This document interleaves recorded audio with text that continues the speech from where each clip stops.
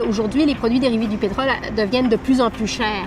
Donc, l'huile, il faut la recycler à un moment donné. Maintenant, il y a des obligations au niveau légal au Québec. Le réservoir à volume variable est vraiment bien pensé dans le sens où il diminue énormément la quantité d'huile utilisée. Dans les écoles, on nous enseigne que le réservoir doit être dimensionné selon le débit de la pompe. Normalement, c'est de 2 à 3 fois le débit. Donc, si on a une pompe de 100 litres par minute, on va choisir un réservoir de 200 à 300 litres. OK, 200 à 300 litres d'huile. Ouais, c'est beaucoup d'huile et c'est souvent inutile, d'ailleurs.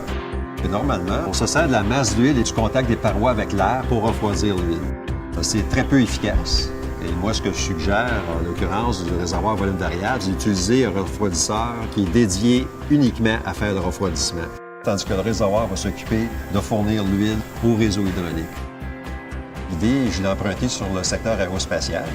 Dans les avions, le poids est important. Alors, je me suis dit, pourquoi pas dans l'industrie, on ne fera pas la même chose. Alors, j'ai fait des prototypes et dans plusieurs cas, ça fonctionne très bien. Et c'est ça qu'on voit ici. C'est ça. Ce réservoir-là s'ajuste à la demande du réseau hydraulique. Tantôt, il va se gonfler, tantôt, il va se dégonfler selon comment le réseau hydraulique ou le système hydraulique est sollicité. On peut-tu la faire marcher, voir? Absolument. Donc ici, on est dans un système à boucle fermée, c'est-à-dire que la pompe alimente un moteur hydraulique. L'huile qui entre à l'intérieur du moteur hydraulique en ressort, passe par le refroidisseur, passe par des filtres et puis revient à l'entrée de la pompe. Et à l'entrée, on trouve notre réservoir, ici. Dans ce système-là, tu utilises combien d'huile? 4 litres. 4 litres. Oui. Et normalement? On en prendrait au moins 300 à 450.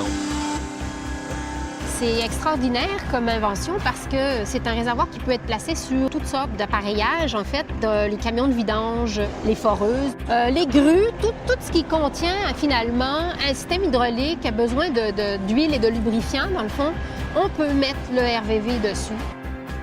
Aussi, par exemple, ça arrive des fois qu'il y a une fuite. Donc, une fuite d'un réservoir de cette dimension-là, c'est une fuite de 400 litres qui se retrouve dans l'environnement. Le fait qu'il y ait une quantité beaucoup plus petite permet de détecter la fuite très, très rapidement et donc tout de suite d'opérer, de faire ce qu'il faut pour justement récupérer l'huile perdue. Donc, il y a beaucoup d'avantages à utiliser le réservoir qui sont indirects au prix du réservoir, au prix de l'huile, comme le transport et ces Des choses-là. avantages environnementaux aussi. Beaucoup.